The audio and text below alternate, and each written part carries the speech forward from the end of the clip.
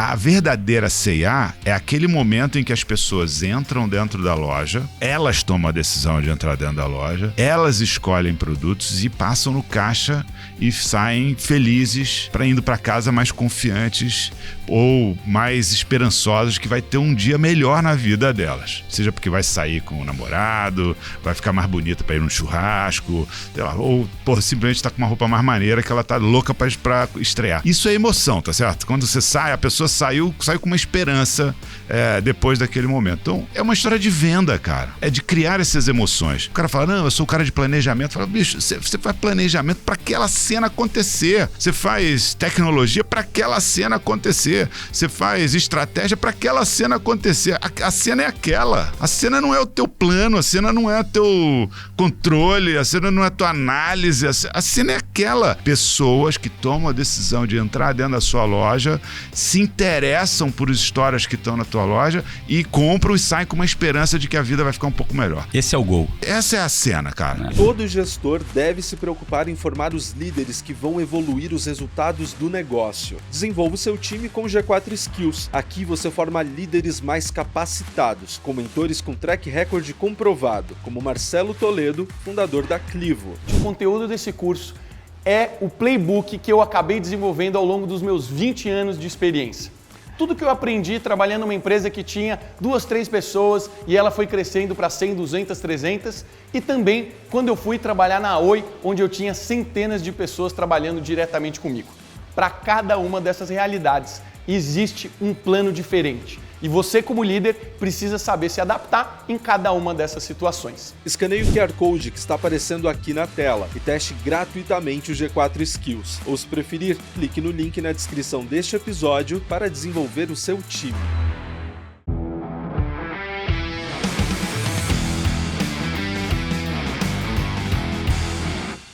Fala, galera, bem-vindo a mais um episódio aí dos Extremos.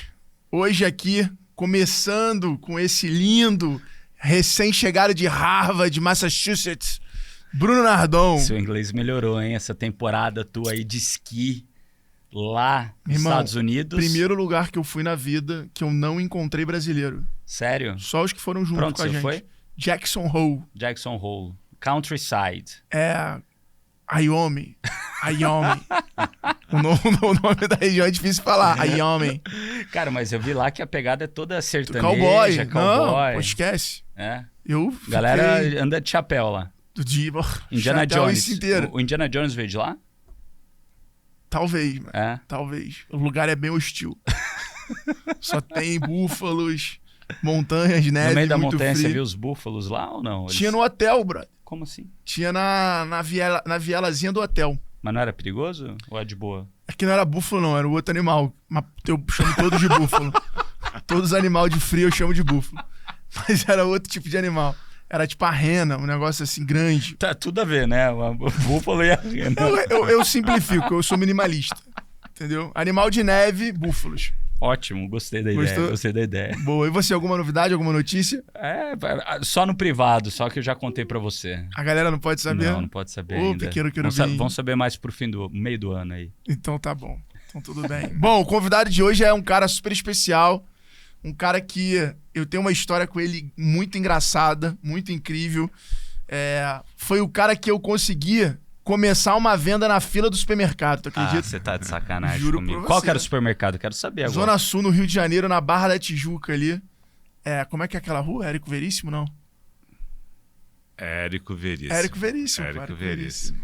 E No aí? Natal, era dia 25. Você tava lá e A ele gente tava lá. calhou de estar na mesma hora, no mesmo caixa, no mesmo mercado. E ele tinha lido meu livro. Não, você ia ler. Não, aí ali você lembrou e aí você foi ler o livro. Exatamente. Muito louco. Aquilo foi um negócio muito louco. Muito louco. Surreal, assim, de encontrar. Falei, pô. Ele me olhou assim e falou: pô, Paulo. Falei, pô, Alfredo, caraca. A gente tinha se visto uma vez. Uma né? vez. Na festa de encerramento do Express Club. Que o Rafa Forte tava conversando com você. E aí a gente se conheceu lá. Que sensacional. Não, muito louco. A história é muito Muito louca. boa, muito boa. Uma presença E aí do agora a nosso gente faz convidado. kite, a gente... Porra, meu irmão, esquece. Nosso convidado hoje nada mais, nada menos do que o CEO da C&A há 15 anos, é isso aí? Não. Peraí, calma Não, aí. tá na C&A há 15 anos. anos. Isso aí. Mas CEO tá- desde 2015. Porra, não é pouco também, não. Então, são É metade. já tô, 7 vai anos. fazer 8. 7 anos e meio já. Começou como comercial, é isso? Eu comecei lá, cara, na área de projetos. Fui lá para fazer um projetos para a C&A. Eu trabalhava na McKinsey antes. Você trabalhou sua vida inteira na McKinsey? Não. Conta um pouquinho aí pra gente, resume aí o que você fez.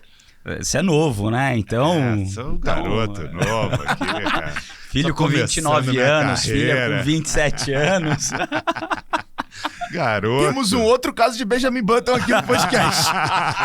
Temos um outro novo Benjamin caso. Button Já brasileiro. rolou, Já já rolou. rolou, Eu acho que o porra. kitesurf faz milagres. Faz milagres, o esporte Opera faz milagres. milagres. Opera Esporte é milagres. importante, cara. Não, Esporte é sabe o importante. Alê da House? Vitacom. Da É. Vitacom? Sei. Porra, ele tem 72 anos. O cara com um corpo de 17, meu irmão. Cara de 20. A gente tem que se cuidar, né, cara? Não, cara, eu sou carioca, né? Engenheiro de produção, UFRJ, e fui fazer um estágio quando eu tava no terceiro, tinha acabado o terceiro ano, fui fazer um estágio numa empresa lá no Rio de moda, que hoje em dia ela não existe mais, chamada Company. E a Company, cara, era um lugar assim muito legal daquela época, era uma empresa de médio porte que também tinha fábrica. A Company era a reserva de hoje. De cool, de legal. Assim, de legal, acho que seria uma somatória entre reserva e Osklin, alguma coisa Boa, assim. Porque é tinha isso, poucas, não tinham muitas marcas naquela época, Não né? tinha, Muito pô. menos do que hoje. Eu lembro da HB. Lembra da HB? HB, pô. Hot Butter. Hot Butter. As marcas de surf todas. E, cara, aí eu comecei lá como estagiário de engenharia, de produção, trabalhando na fábrica, e fiquei lá, levei minha carreira lá. Cheguei gerente de fábrica, depois eu mudei para o varejo. No final dessa minha temporada lá na Company. Inclusive, tinha 2 franquias da marca. Você tinha? Eu tinha lá em Legal. Salvador. Aí depois, cara, a empresa teve mudanças na sucessão da empresa, etc. Eu decidi sair e fui fazer um MBA nos Estados Unidos. Aí saí, fui para os Estados Unidos, fui trabalhar, fui para Duke University, fiz o MBA lá. No meio do caminho, trabalhei na Capital One, que era uma empresa de cartão de crédito, né? Pô, grande. Grande, agora enorme. Ah. E monstro. Na época não era tão grande assim. Ela tem um negócio embaixo da logo assim, né? Exatamente. E aí quando eu voltei do MBA, fui trabalhar na McKinsey. Legal. E aí da McKinsey trabalhei uns 3 anos. Essa McKinsey é uma fábrica de grande executivo, hein? Porra. E aí fui pra C&A, né? E como é que foi essa história de você ir para lá? Na C&A? Você Era tava um projeto fazendo terceirizado. via Cara, McKinsey foi muito lá, louco, ou- cara, porque foi assim, eu tava na McKinsey e tava rolando uma negociação da McKinsey com a C&A para fazer um projeto. E quando eu fiquei sabendo, eu falei, pô, quero participar, cara, quero participar. Vindo essa história de moda, adoraria trabalhar numa empresa de moda de novo e tudo mais, queria fazer esse projeto. E, cara, a negociação rendeu, e eu tava num lifestyle na McKinsey que não tava bom para mim, né? Eu tinha meus 2 filhos eram pequenos, os 2 morando no Rio. Pô, a grande maioria dos projetos que tinha sempre em São Paulo, então eu passava a semana inteira aqui em São Paulo e no final de semana eu ficava via meus filhos, via minha família. E, cara, eu tinha acabado de voltar dos Estados Unidos, em que, pô, ficou uma coisa, a família ficou um negócio mega compacto, assim, né? A gente brincava até que era a família do metro quadrado. A gente ficava junto o tempo inteiro, né? Legal. Durante 2 anos. E aí volta para um lugar que, de repente, eu tenho que ficar o tempo inteiro fora, afastado, aquilo tava me corroendo. Então esse era um lado da história. O outro lado, cara, que minha história foi executiva, assim, né? Eu gosto de fazer as coisas, eu não gosto só de idealizar ou fazer só o projeto, etc, etc. Aí, cara, tava rolando essa conversa. E aí, nesse meio do caminho, eu fui trabalhar com a Xerox, lá no Rio, né, nesse período, enquanto não estava rolando... Porque a Xerox tinha sido um cliente meu lá na McKinsey. Aí, enquanto não estava rolando a história do projeto, eu falei, cara, cansei de esperar, eu vou resolver minha vida aqui com a Xerox. Bicho, 2 semanas depois, o cara que era o CEO da C&A falou, pô, preciso te conhecer, fiquei sabendo que tu é consultor e trabalhou com varejo de moda antes, é verdade isso? Eu falei, é verdade. E aí, cara, começamos a conversar. Você ainda tinha as franquias da Company? Não, eu vendi as franquias antes de ir para os Estados Unidos. Ah, Aquilo tá. ali me financiou, né? Boa. Pagou o teu MBA. Pagou a minha vida lá, né? 2 anos faturando quase nada, né? Só estudando. Foi uma vida... Eu gastei... E fui com meus filhos, né? Padrão de quem vai fazer MBA normalmente não é esse, né? Eu fui com minha mulher, meus 2 filhos... chegamos lá, lugar desconhecido. Eu nunca tinha morado fora do Brasil. Eu tinha um sonho danado de morar fora do Brasil, cara. Achava aquilo um negócio, assim, de outro mundo, assim. Hoje é a mesma cabeça? Cara, hoje eu gosto muito de viver em lugares, né? Tanto que, assim, de férias, uma coisa que eu idealizo, assim, quando eu tiver um outro estilo lifestyle pós-executivo, assim, é de morar uns meses em cada lugar, assim, sacou?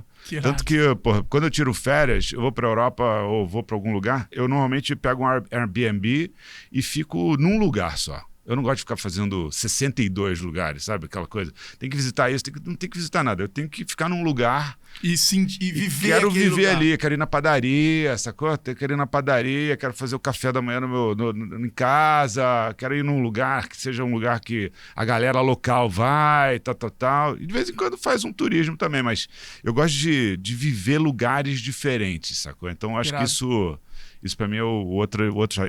Mas na C&A, cara, comecei como um cara de projetos, então fui contratado para ser diretor de projetos, começar lá o tal do PMO, que era Isso era o quê? 2003? Isso foi 2004, final de 2004. Quase 20 anos já, então. Já tem quase... Não, tem 18. 18. E na C&A não é não. Você tem um time aí que tem 20 anos de empresa. Tem uma galera. É bizarro. Tem uma galera. Bizarro. Todo mundo. Uma galera. E aí, cara, daí eu fui pra área, eu assumi o masculino. Eu falei, quando eu cheguei lá, eu falei, cara, eu não vim aqui fazer projeto. Mas você ainda estava na McKinsey, ou você Não, entrou já era como executivo C&A? CA. Já era executivo CA. Falei, se eu quisesse ficar fazendo projeto, ficava fazendo a McKinsey. Mas eu entendo que faz parte de uma transição aqui. E aí fui para a área de negócios, assumi o masculino primeiro, aí depois assumi a área comercial, que é o papel lá do Donati hoje, Que é né? brilhante. E aí Grande depois Donati. fui assumindo outros pedaços, né? O marketing, teve logística, tudo supply chain, etc. E aí fui rodando ao longo de alguns anos nesse sentido, até que em 2015 eu assumi a companhia como um todo. Como é que foi isso? Esse CEO que te trouxe, ele te preparou para essa sucessão? Ou acabou que ele saiu para outro desafio e você entrou? Como é que foi essa... Ele saiu em 2008, então eu entrei em 2004, fui para o masculino em 2006, assumi como vice-presidente comercial em 2007, 2008, por aí. E ele saiu em 2008, final de 2008, 2009. E aí veio um membro da família assumir a companhia nesse período, né? Porque a C&A, só para quem não entende, Não ela sabe, era não uma entende. empresa familiar. É legal De isso. que país que é mesmo? É uma empresa de origem holandesa, que sempre foi liderada por membros de uma mesma família. A família detém o controle de 100% do capital de todas as empresas, menos a C&A Brasil hoje. Na C&A Brasil eles têm a maioria, mas eles não têm 100% do capital. A Mais é a única exceção dentro do grupo, que é uma empresa de capital aberto. Quantos anos já tem as empresas familiares dessa família? Então é 1841. Sensacional, né? 1842 guerras mundiais e Guerra Fria, o diabo quatão. Assim, muito louco, porque é uma história muito legal, cara, de reinvenção. Não tem como você viver, né, uma empresa viver quase 200 anos e não ter que se reinventar muitas vezes. Muitas e muitas vezes. Sensacional. Mas a origem, eu gosto de contar essa história porque eu acho que essa história assim é fantástica, porque ela traduz o que é o espírito da empresa, né? A origem da história são Clemens e August, são 2 irmãos. Esses 2 irmãos, cara, vendem tecidos numa estrada, em fazendas que ficam em uma estrada que vai da Alemanha para a Holanda. Esses caras vendem tecido, porque as pessoas naquela época não compravam roupa pronta, elas só compravam tecido e elas faziam as suas roupas. Roupa pronta era um negócio muito sofisticado, só para os caras da super elite, né? Então eles vendiam esses tecidos, até que um dia os caras entraram numa de falar, cara, será que é possível fazer aquele sobretudo de lã, aquele casacão, pô, e conseguir vender para essa galera? E os caras começaram a correr atrás, começaram a tentar fazer uma reengenharia ali de como construir aquele casaco de lã, até que conseguiram fazer o tal do casaco, e aí cara, começaram a vender nas fazendas, bombou, vendeu pro cacete, porque antigamente como é que nego fazia casaco de lã na fazenda? O cara basicamente comprava o tecido, cortava o meião aqui e fazia um poncho, né? Tipo um poncho, da né? Bolívia. É. Daí. Então, cara, Boliviano. muito louco a parada, porque o cara conseguiu. Quando eles conseguiram, e aí por isso que eu falo que é muito legal a história, porque aquilo ali bombou, e dali eles começaram a fazer primeira loja que eles começaram a abrir, e aí começaram a abrir lojas, né? Começou tudo uma história de casaco, sobretudo, mas, cara, e a essência que permanece até hoje, né? Que é assim, como é que eu consigo dar acesso à população como um todo de produtos que aparentemente fossem sim exclusivos, ou uma informação que não era possível para todo mundo, era uma coisa mais elitizada, e eu acho isso muito legal, porque eu falo assim, eu fiquei sabendo dessa história muito tempo depois de eu estar trabalhando na CA. Um dia eu fui num evento que era dos acionistas lá, eu fui convidado para falar do Brasil, e aí numa dessas o cara me contou a história, eu falei, uau, cara, que coisa legal, eu não sabia, mas e aí é a essência, né? A C&A aqui no Brasil hoje faz isso, né? Ela tenta exatamente, tentar dar acesso às pessoas à moda e as pessoas poderem se expressar, independente do nível social da pessoa, dos credos, raças, qualquer coisa. Então, isso para mim é assim, super simbólico no final do dia, porque é a essência de um negócio. Quando eu vejo a história das empresas, quando você começa a prestar atenção, tem uma história de essência, de um credo do cara que começou o game, né? Então vocês dois, vocês têm os credos de vocês levaram vocês a ter essa história e levar essa história, e esse credo no final do dia, quando ele é relevante, o sucesso é inevitável, né, cara? Animal. É muito legal. Muito bom. Qual é o maior país que a CA hoje? Que ela é a maior? Hoje em dia, cara, tem em termos de tamanho, hoje é o Brasil, né? Era a Alemanha, sempre foi Brasil segundo, acho que hoje Brasil é primeiro, Alemanha é segundo. Mas eu tenho que dar uma atualizada, porque hoje em dia a gente não pode... A gente não compartilha tantas informações financeiras um com o outro, porque a empresa CA agora, Brasil, é capital aberto, né? Então tem uma regulation. Por que veio esse movimento?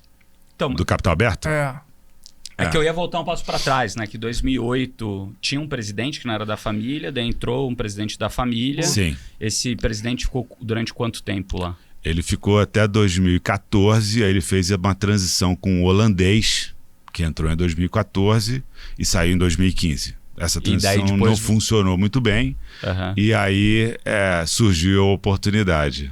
E aí, beleza, peguei essa. E você estava na hora certa, no lugar certo, com a competência certa e pediu, ou os próprios acionistas puxaram você? Porque nessa época você ainda era privada. Como é que... Conta detalhe desse convite, telefone, e-mail, o cara bateu na tua porta da tua sala, como é que foi isso? Gente, isso é muito louco isso, porque primeiro eu estava numa empresa que basicamente eu entendia que era uma empresa que essa posição CEO não existia, não era possível, porque era sempre reservada a um membro da família. Então, eu estava consciente que eu estava num lugar que eu estava me divertindo, que tinha um monte de desafio, que eu achava muito legal, estava aprendendo, estava avançando, mas que essa posição talvez não existisse isso num curto ou no médio prazo. Mas estava lá, óbvio que eu tinha alguma ambição, tinha. Quando começou a discussão de que o family member ia sair, aí, cara, opa, isso me interessa, como é que eu posso participar do processo, etc, etc. E no final, acabaram trazendo um holandês para assumir a posição. E aquilo era parte de um processo de transição para essa pessoa poder ir para a Europa depois e ter outros papéis lá na Europa. Na C&A ainda? Na C&A. E aquilo me machucou violentamente, assim, né? Na época eu fiquei super decepcionado. Isso eu gosto de falar pra galera, assim, que tá na jornada, assim, às vezes, corporativa, porque todo mundo trata as coisas, e é inevitável, é humano isso, como quase definitivas. E a única coisa que elas não são definitivas. E aí, quando surge uma situação dessa, de repente, você está numa expectativa e ela não acontece, e se você se deixa abater por isso, aí ela realmente não acontece, né, cara? Então foi muito louco, porque na minha cabeça era assim, a paixão que eu tinha pela companhia já era tão grande, eu falava assim, independente de quem é o CEO, cara, eu vou ajudar, preciso fazer essa empresa funcionar, preciso ajudar essa história, e se esse cara for bem sucedido, ele vai para a Europa e eu tenho uma chance de novo. Então essa era a ideia, esse era o espírito da história. E não deu muito certo. E realmente não deu muito certo.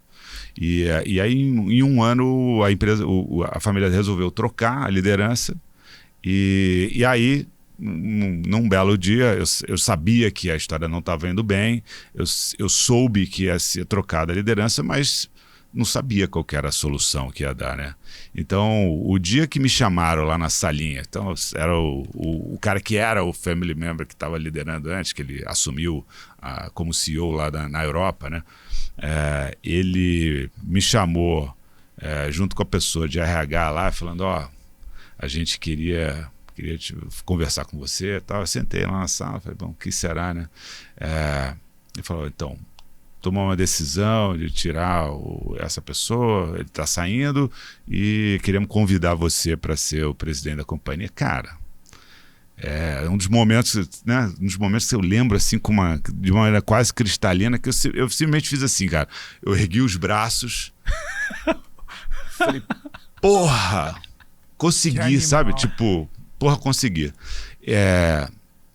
E uma coisa que eu falo pra galera, assim, molecada, meus filhos também, assim, eu nunca pensei que eu fosse ser CEO, cara. Não estava no meu mapa, assim, não estava no meu radar, assim, de falar, pô, trabalhei desde que eu comecei para ser o CEO. Era muito distante da minha vida, cara. Eu sou filho de dois caras, porra, brigadores, lutadores, classe média, porra, direito, me deram tudo na vida, todos os fundamentos, cacete. Mas, cara, esse mundo corporativo era muito longe de mim, cara. Não tinha contato, nem tinha repertório para essas coisas. Então, quando eu fui trabalhar na Company, naquele momento, eu fiquei felizão, consegui um emprego, sabe? Consegui um emprego. Consegui um estágio, consegui emprego, agora sou gerente da fábrica, olha que legal. Para mim aquilo ali, cara, era talvez eu sou um cara que também eu tenho sonhos para a empresa, mas assim, para mim em si, cara, eu gosto de viver agora. Né? Então eu quero não sei o que, eu quero sei lá o que, eu não sou tanto assim, né? Então, cara, quando eu fui fazer MBA, para mim era uma chance de morar fora e de aprender. O que era depois da vida corporativa, porque eu trabalhava numa empresa de médio porte. Não tinha contato com essas empresas grandes, cara. Não tinha repertório para sentar, reunião. Reunião era, porra, a galera, cara. O dono da empresa, o cara que cuidava do comercial, o outro cara que cuidava da fábrica. E aí, estamos com esse problema. Uma coisa informal, eu vivi nisso. Eu fui formado nesse mundo. E eu acho fascinante, cara. Eu tento trazer, de alguma maneira, para a C&A essa informalidade, essa coisa mais leve, essa coisa séria, com um monte de princípio por trás, com muita vontade de fazer coisas diferentes. Mas, cara, mais leve, cara, sabe? Não é aquela formalidade, reuniões, aí um tem que falar, porque aí o outro não pode falar. É chato demais isso. Isso, para mim, é a parte chata do mundo corporativo, assim. Então, contei toda essa história porque, no final... a história de ser CEO nunca foi mapa. Mas quando aconteceu, talvez até por conta dessa história toda, que não estava no meu radar. Depois, quando estava, não rolou. E depois rolou, cara, foi assim, quase como comemorando um gol, sabe? Tipo, porra, consegui, cara, que isso? Então, assim, são coisas assim, que marcam muita gente, né? Você ligou para quem quando você saiu de lá? Pra minha mulher, né? Tereza foi a primeira que ouviu a história. Falei, cara, você não acredita. Você não acredita. E E eu lembro naquela noite que a gente saiu para jantar, os caras lá da fábrica, da C&A, etc. Naquela noite, pô, deitei na cama assim e, cara, chorei igual uma criança. Lembra que, pô, me emociono de novo, bro, assim. Que animal. Cara, chorei igual uma criança. Falo, cara, consegui, cara. Pô, meus pais nunca imaginavam que isso poderia acontecer, né? Então, é muito louco, cara, muito louco. São coisas muito loucas. Naquela época, a C&A ainda não tinha capital aberto. Não. No Brasil. Não. Como que era essa interlocução com a família? Porque a família era dona de 100% Sim. da C&A aqui no Brasil. Sim. Então, no fim do dia, vinha uma determinação do conselho da empresa de como o Brasil deveria agir, né? Qual que era a diferença ou como é que foram esses 4, 5 anos em termos de determinação para você, olha, faça isso? Quais que eram as 3 grandes diretrizes? Bruno, assim, quem conhece a dinâmica da C&A sabe o seguinte, a C&A sempre foi uma empresa com princípios assim de muita autonomia. Às vezes até demais, mas assim, é muita autonomia, sempre foi. O único nível de autonomia que a gente não tinha no Brasil era autonomia financeira. Então, todas as decisões, qual é o plano financeiro do ano, qual o nível de investimento, qual o nível de caixa, isso tudo tinha que ser bem acordado e cumprido com o controlador. Então, isso a gente sempre teve. E sempre foi muito organizada, muito correta, muito certinha. Sempre foi muito CDF Caxias, nesse né? sentido, assim, sabe? De tentar fazer tudo certinho. O que facilitou um monte na época do IPO. Porque, pô, estava tudo pronto. Não tinha que construir formalidades, organizações, estruturas. Já estava tudo pronto, né? Então isso facilitou bastante depois. Mas essa dinâmica que tinha era uma dinâmica de discussões orçamentárias uma vez ao ano e progress review, que a gente chamava, né, de cada 3 meses. Cada 3 meses vinha um board, que existia um board com vários membros da família que vinham ao Brasil e tinha um momento de sessão de prestação de conta. Como é que está indo, o que está o resultado, como é que está diferente do plano, por que vocês estão fazendo, o que está fazendo diferente, como é que vocês vão fazer para recuperar, ou o que vocês estão fazendo para conseguir estar acima do plano. Então, essas conversas sempre tiveram, né? Então, esse tipo de governança, né? Facilitou muito também no IPO. Facilitou, mas isso eu falo assim, pós-IPO, para mim foi um outro mundo de governança, assim. Eu acho que uma das maiores diferenças que eu vejo de uma empresa capital aberto e capital fechado é, de fato, o nível de governança que você tem dentro de uma empresa de capital aberto. Seja por regulation, seja por decisão da companhia. Cara, é como se fosse um barco muito mais estável, assim, né? Perfeito. Você fazer uma maluquice, o CEO acordou louco, né? Como é que é? O patrão... Deu a louca no CEO. Deu a louca no CEO, não tem tudo por esses 50% espaços, do preço. Tudo por 50%. Você acorda 80% off. Só no app. Não tem espaço para ele. Pode até ter, mas o cara não vai durar muito, né, cara? Porque hoje tem o board em si, né? Tem os comitês, comitê de digital, comitê de auditoria e riscos, comitê de serviços financeiros, comitê de pessoas. Todas as grandes discussões mais estratégicas são discutidas. Não são... Não é uma decisão monocromática. Exatamente. O que para os investidores, quando o investidor... Cara, isso dá mais estabilidade, né? Dá mais estabilidade. Não é um louco furioso entrou lá e de repente a empresa vai para qualquer rumo X. Acho que essa é a beleza da história da governança. Assim. E daí, ali, 18, 19, então a empresa estava indo super bem financeiramente. E de onde veio a ideia de vamos fazer um IPO? E como isso foi recebido pela família também? Discussão, cara, era a seguinte. A empresa podia mais. A marca C&A é uma marca absurdamente forte. De longa data, não é de agora, de longa data, né? E a gente, como executivo aqui no Brasil, eu perturbava a vida deles no sentido de que, gente, essa empresa pode mais, a gente pode acelerar mais, mas a gente precisa investir mais. O volume de lojas que a gente abriu de 2015 de 2010 até 2019 foi muito baixo comparado com a concorrência. E esse talvez tenha sido um dos maiores fatores da aceleração da concorrência nesse período. E a gente falava, cara, a gente precisa ter outras alternativas, porque eu entendo que dentro do portfólio da Cofra, que é a holding, né, tem vários negócios. Eles têm negócios de real estate, eles têm negócios de private equity, eles têm negócios de varejo, eles agora têm negócios de sustainable food, eles têm negócios de energia, clean energy e tal. Então tem um monte de perspectivas de negócio e eu sou era um dos competidores nesse portfólio de empresas, estando no Brasil e com na época, o governo que não estava indo nada bem, né? Então, a dimensão macroeconômica ruim, e o que exige um walk maior, né, para a gente... Então, retornar cara, é como se a gente tivesse uma corrida contra outros negócios dentro do portfólio e uma bola de ferro no pé.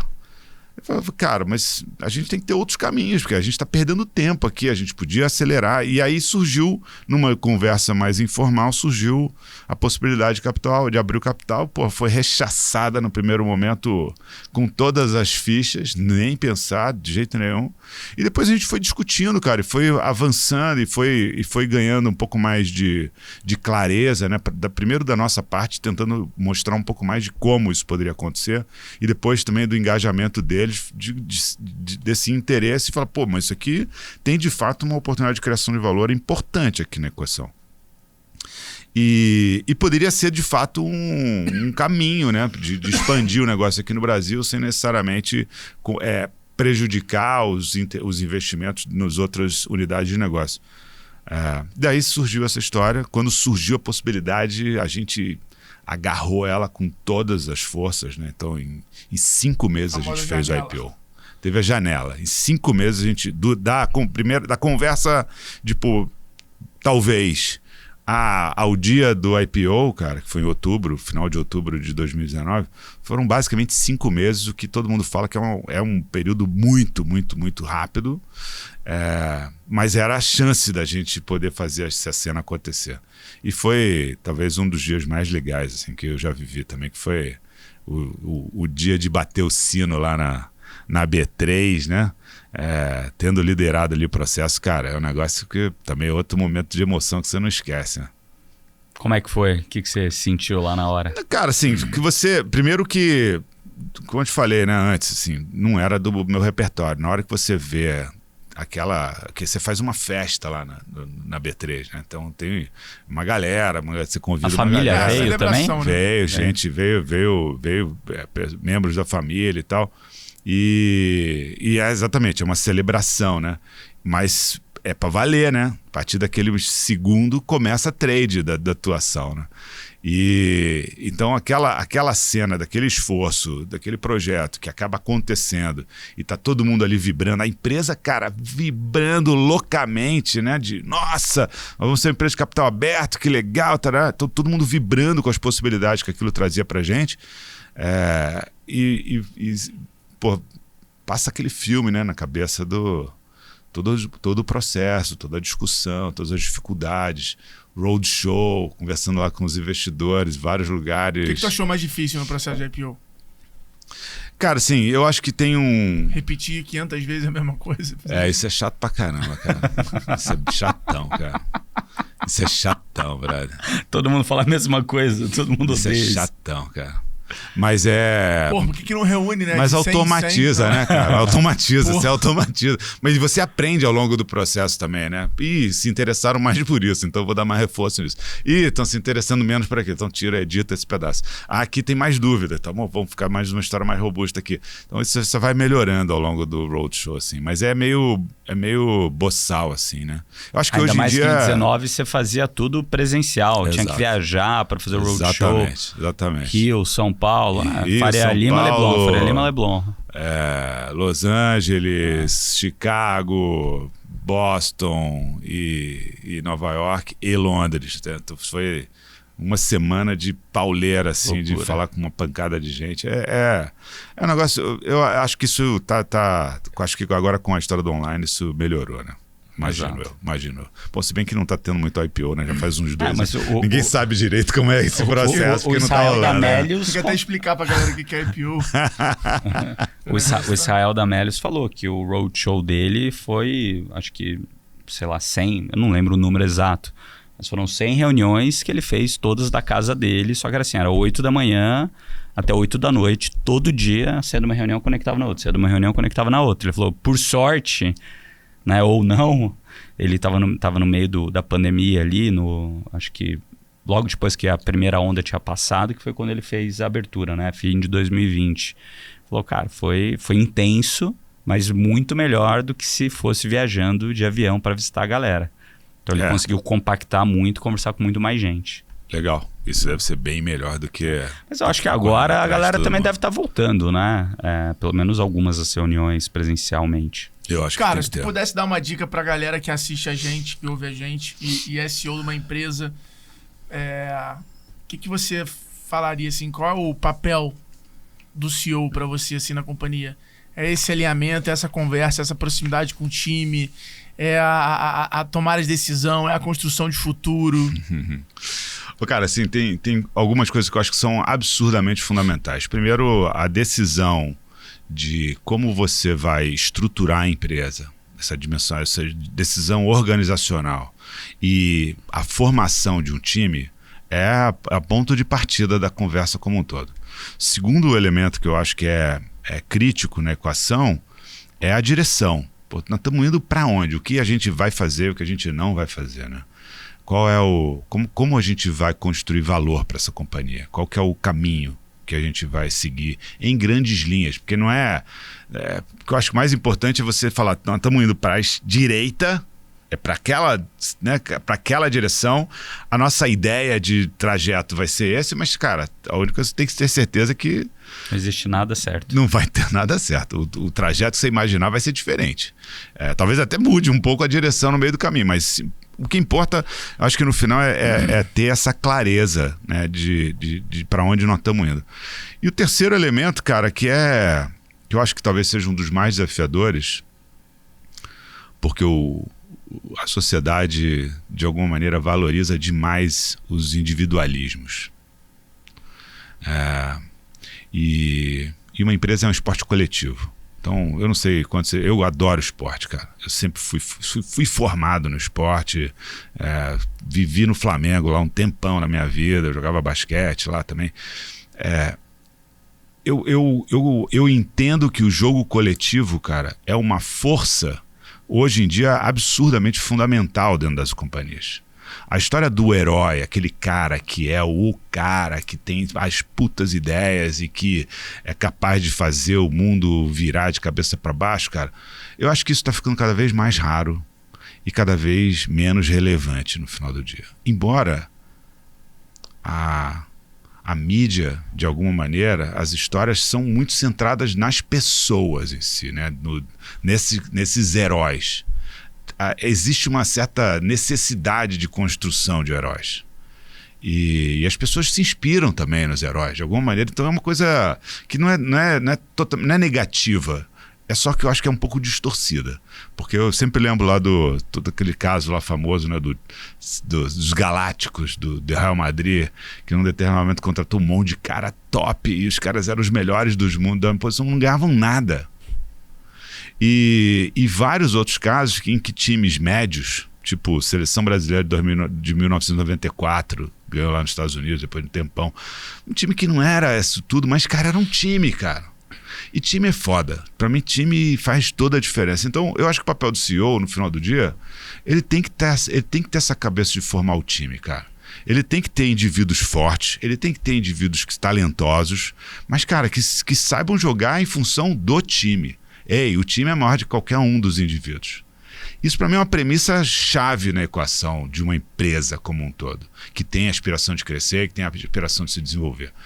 Porque se você é um conglomerado de várias empresas independentes, pode ser, de repente você tem um CEO de uma empresa A, da empresa B, outra empresa C, e de repente tem baixas sinergias entre as empresas, que eu acho que hoje em dia também é uma figura cada vez mais rara.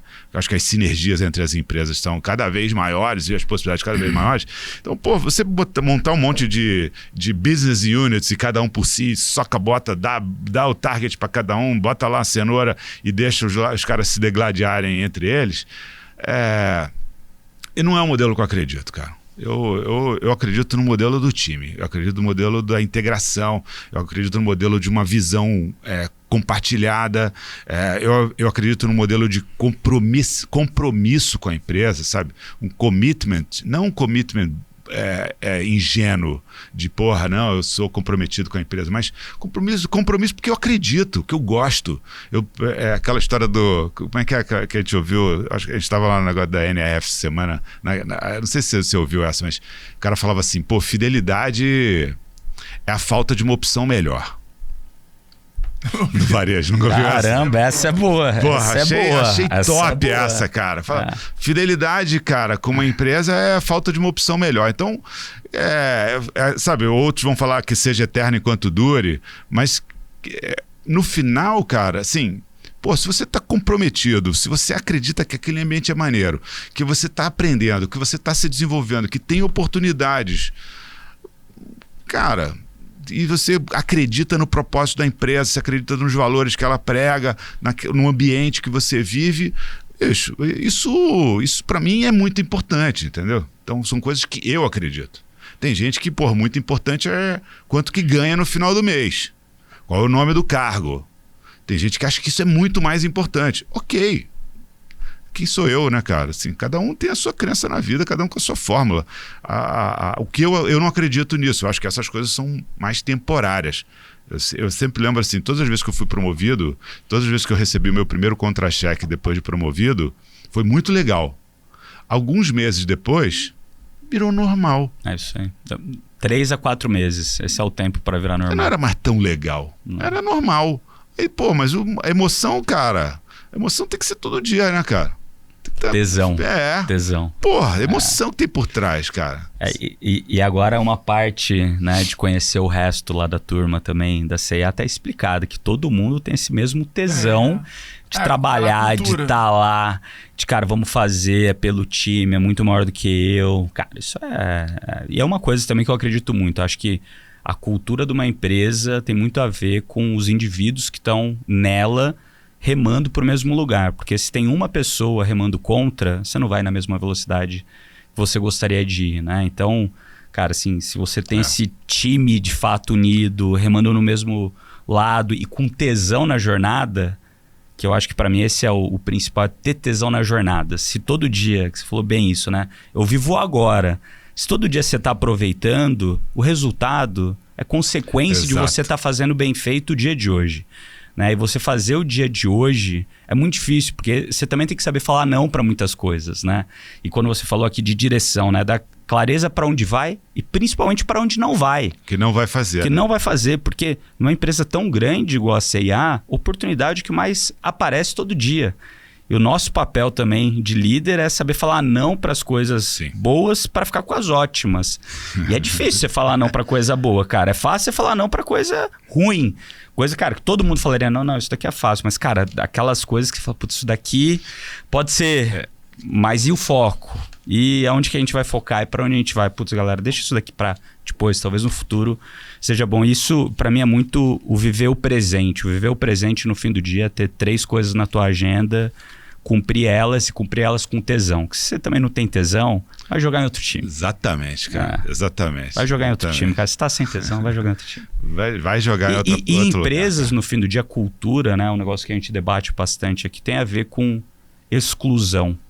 Muita gente fala hoje de inclusão, e eu concordo, você tem que incluir de uma maneira diversa as pessoas, mas quando você pensa em cultura, a cultura per se, ela é exclusiva das pessoas que não querem vivenciar aqueles mesmos valores que a empresa prega.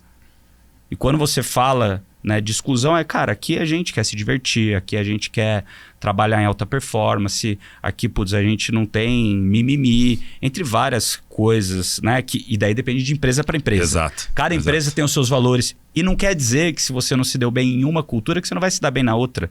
Isso eu falo para muita gente, cara, desde a minha primeira empresa, passando pela segunda, cara, não quer dizer que se você não se encaixou aqui, que você não vai se encaixar em outro lugar. Você tá fazendo favor para você de não querer ficar aqui, né? E ir para outro lugar, eu tô fazendo favor para você. Porque o que você acredita, os seus valores não ornaram, não combinaram, não encaixaram. E tá tudo bem, cara. Tem um lugar certo para todo mundo nesse planeta. Tem tanta coisa para as pessoas fazerem. Eu acho, e esse tesão que você fala da cultura, né? Com os valores da C&A, com tudo aquilo que vocês pregam, que é bem diferente, por exemplo, do que a gente faz no G4, cada um com seus prós, contras e assim por diante, mas que tem o seu lugar. Cara, todo mundo que eu conheci de lá tem esse mesmo tesão, cara. E isso para mim é impagável. Você ter um time que brilha os olhos e trabalhar junto. É isso aí. Cara, eu queria te perguntar sobre a MBA. Hoje, você recomendaria para um cara na mesma idade que a sua, nos dias atuais, fazer um MBA? Não, na mesma idade que ele tinha lá atrás. Ele tinha lá atrás? Na época que você quantos fez. anos você tinha quando você fez? Eu tinha 31. Você recomendaria hoje para um cara de 31 anos fazer um MBA com a dinâmica do mundo como tá hoje? Cara, eu acho que o formato MBA, ele, daquele momento, eu acho que não conecta com os dias de hoje, tá, cara? Eu acho que hoje é diferente. Naquela época era um formato muito forte, muito dominante, né? Hoje em dia eu acho que já não é mais. No final do dia, aquela dinâmica de ir para fora do país, experimentar uma outra cultura, entender aquela coisa de como funciona o processo de aprendizado. A comunicação não era como é hoje, né? Porra, cara, aquilo ali era um negócio espetacular, entendeu? Caraca, que é isso? Então, pra mim, aquilo era uma história muito grande. Mas o mais legal era aquilo ali te dava acesso a um portfólio de empresas e de possibilidades corporativas que nunca foram a minha realidade. Então, eu acho que o MBA, ele tem a ver para quem gosta quem quer fazer uma carreira mais no mundo corporativo. Eu acho que funciona ainda. Ainda é uma fórmula que para mim é uma fórmula vencedora. Porque tu vai conhecer gente que trabalha em empresa e pode gostar de você, já te puxa para trabalhar. E você tem uma visão generalista do negócio. Sabe, eu acho que no final do dia o MBA ele te dá isso, essa coisa de um olhar mais generalista. Porque normalmente você faz carreiras de sucesso no início, são carreiras especialistas. O cara é muito bom no assunto X, muito bom no assunto Y, o cara é muito bom no assunto Z. Aí de repente ele chega lá, cara, ele é o baterista número 1, o outro é o trompetista número 1, o outro é o saxofonista. Não, peraí, agora é orquestra, galera. Então peraí, então agora você tem que fazer outra história. Mas me explica melhor. Então eu tenho que entender que a hora que o sax entra, a hora que o baixo entra. Entendi. Então agora eu vou ser um baterista mais com um nível de consciência e entendimento do todo maior. Isso para mim é a beleza da história do MBA, cara, que é de você ter uma educação em várias disciplinas que não são a sua especialidade nem a sua zona de conforto. E, obviamente, na hora de você tomar decisões como um líder de empresa, isso vai te dar muito mais robustez. Porque eu entendo qual é o impacto que uma coisa causa na outra, como que elas se interrelacionam, aonde dá conflito, é claro, entre o objetivo do cara mega comercial e o outro cara que está cuidando lá do caixa. Porra, às vezes dá merda. Por quê? Porque cada um tá tentando ser o melhor do mundo na sua especialidade. Mas, cara, no final do dia, não é esse o objetivo. Se é um esporte coletivo, o negócio é fazer gol. O gol não é só um cara, né? Não é o ataque, é só a responsabilidade do centroavante. Não. Se o centroavante fizer o gol e a defesa estiver aberta, vai ganhar, vai fazer um gol, mas vai tomar 5 e vai perder o jogo. Essa dinâmica, para mim, é que eu acho que é muito, muito bacana que o NBA acaba trazendo. Mas hoje em dia tem muitos outros formatos, né, cara? Assim, que eu acho muito legal. Vocês são um deles no final do dia. Assim, eu acho que tem outros formatos que são mais reais hoje em dia, para a realidade de hoje, né? De ser mais pragmático, de ser mais hands-on, de ser, aprende com outros, né? Bastante, porque uma coisa do MBA que eu acho que é legal e de algum jeito vocês replicam aprende com a dificuldade do outro, né? Estudo de caso. Me conta, o que tá fazendo? Eu tô tendo que esse problema. Meu problema é meio parecido, não é tão grande assim, mas é meio parecido. Como é que você tá fazendo? Eu tô fazendo, legal demais. Vou tentar fazer uma coisa desse tipo. Que no final é a história da combinatividade lá que o Murilo fala direto lá, que eu acho muito legal. Boa. Tem alguma aí? Eu ia virar para varejo aqui, mas Não, continua. Pode virar então. Não, o varejo, assim, a gente vê que ele é muito cíclico, né? A minha segunda empresa foi uma empresa de varejo, que foi a Canui. Depois a gente fiz uma fusão com a Dafit, continuei lá até fim de 2016. Então, fiz o começo da minha vida no varejo online. Só que sou engenheiro, que nem você, de formação. De moda, entendo talvez muito pouco. E a gente trouxe pessoas que entendiam de moda também. Mas a gente sempre, pelo fato de estar na internet, a gente sempre conseguiu medir tudo. E contra dados não há argumentos. Então, esses dados viravam informações que viravam ações e a gente ia arrumando toda a empresa de acordo com aquilo que o cliente pedia. Ia fazendo o design da empresa, dos produtos, dos canais, de acordo com aquilo que o cliente pedia. Né? E o que o cliente pedia era muito mais. Estou fazendo um anúncio, esse anúncio teve clique, teve gente entrando na minha página, a conversão tá boa, tá maravilhoso. Né? A gente não era muito apegado a Canui, a gente era para o público masculino, mas aquele público masculino que eu consigo trazer num custo baixo, que tem uma conversão alta e, consequentemente, a conta fecha, né? De eu trazer o cliente, fazer a venda. Que é diferente de você ter a loja, é parecido no fim do dia, né? Você tem, talvez... O custo de operar essa loja. Custo de operar a loja, custo de trazer os clientes, a localização. Você tem fluxo, tem a conversão. A criação da marca, no fim do dia, quando a gente fala da moda em si, principalmente para o público feminino, é muito importante. No nosso caso lá, a gente era uma multimarca. Por acaso a gente criou em algum momento as nossas marcas próprias, né? Teve marketplace, mas a gente era uma loja multimarca, que é um modelo totalmente diferente de uma loja de marca própria, né? Que a C&A são todos os produtos de vocês, as marcas de vocês, né? E o varejo, ele é meio que cíclico, né? Conta um pouquinho aí, você que está há 18 anos, né? Nesse mercado, como que você vê essa ciclicidade do varejo e como o varejo também é um negócio que nem você falou um pouquinho antes, que ele é muito de bater o bumbo, que é muito rápido, muito dinâmico. Cara, assim, é um negócio que eu digo que tem alguns tipos de negócio que são a prova de idiotas e tem outros que não são. Se você tem um time de gestores que é idiota, o negócio vai quebrar. Você tá com cara que tu ouviu em Harvard, hein? Não, essa daí eu falo desde antes. E o varejo, no meu ponto de vista, é um negócio que não é a prova de idiotas, cara. É um negócio, se o time não tá lá vendo o que tá acontecendo, arrumando a coleção, cara, é um negócio difícil de pilotar, cara. Porque a margem, ela é um pouco menor do que talvez em outros negócios, né? Um pouco não, pô. É absurdamente menor. E isso, cara, traz uma... Assim, se tem aquela adrenalina do dia a dia ali, pô, toda hora você tá trabalhando, você tá fazendo o negócio acontecer. Me conta como que é viver 18 anos de varejo, que isso daí é addicted. É a cachaça, né? Eu falo a cachaça, né? Cara, é mega desafiador, exatamente porque muda o tempo inteiro. Mas ao mesmo tempo, cara, assim, eu fico pensando... depois de tanto tempo eu vejo umas cenas assim que são muito interessantes. Pô, você vê a energia da empresa quando tá no momento, pô, tá vendendo pra cacete. Cara, assim, um negócio lindo de ver. Todo mundo vibrando, tá todo mundo alegre, tá divertido.